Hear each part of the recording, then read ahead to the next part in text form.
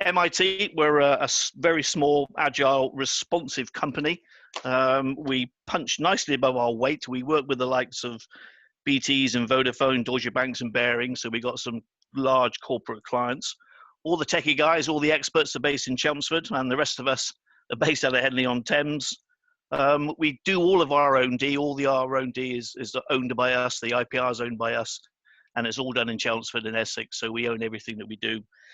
And amongst voice and data and IoT, what we really do is analyze data, blend the data together from different sources, visualize it, and enable people to make much more informed decisions about their business.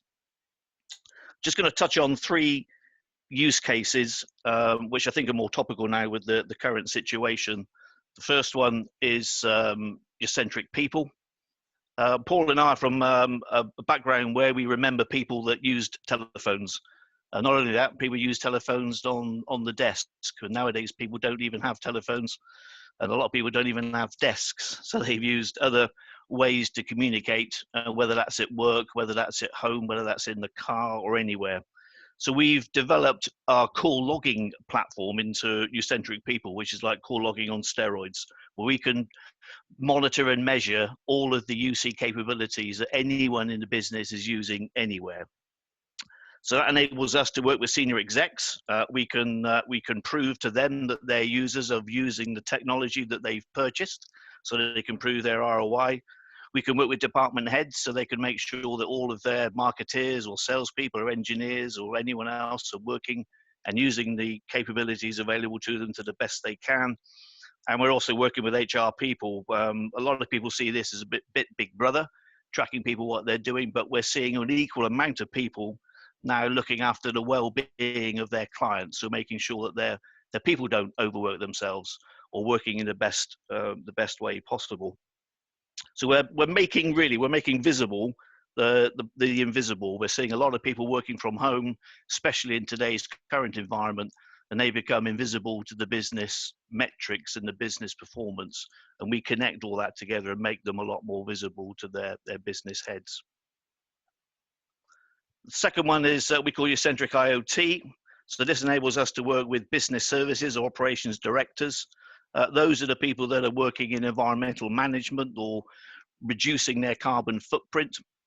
We're meeting plenty of people that don't know how to measure their carbon footprint and therefore can't prove they're reducing it. So we're capturing all sorts of data from the building or outside the building in order to turn that into a carbon footprint.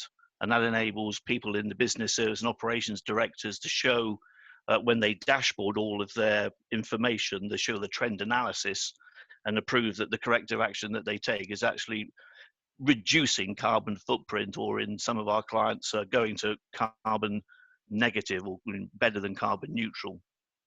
I'll show you some of the sensors that we collect. In some of the projects we've done, we've not collected any new data. We've only collected data that's readily available inside a company, and we've blended all that together. But where we've seen that we've had to use sensors, mainly in environment, temperature, air pressure, particulates, etc., we're able to put these sensors in and capture information and capture data from those areas.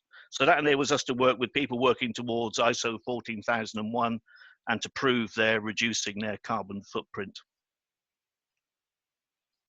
The third one, the last one, is we call voice migration. So this enables us to work with large SIs like BT and Vodafone, and we're auditing their legacy voice estate and then transforming that data so they can migrate people to the cloud. Well, we're pretty vendor independent on the legacy voice, so we can audit any one of the legacy voice manufacturers, and then we can transform that data in any one of the cloud solutions as well. So we're seeing that when we do an initial audit, that a good 20 to 25% of assets, legacy assets, are simply not being used, and they don't need to be designed into a new cloud solution. So that saves them a good 25% of their money. And we're seeing projects dramatically reduce in time. So we did the largest one we've done was the Department of Work and Pensions. When that was designed, first of all, it was expected to take 2 years. And when we started using the tools that we have, it took 8 months to do that. So we're dramatically reducing the time and the cost of migration projects from legacy to the cloud. those are the 3 use cases. Couldn't bring them to life. A demo does that. So if anyone's interested in a demonstration, please hit the website, and then we're happy to do a 40 to 45-minute demo and bring all of this to life for you. So thanks, Duncan. Thanks for the opportunity. Really enjoyed it, and cool.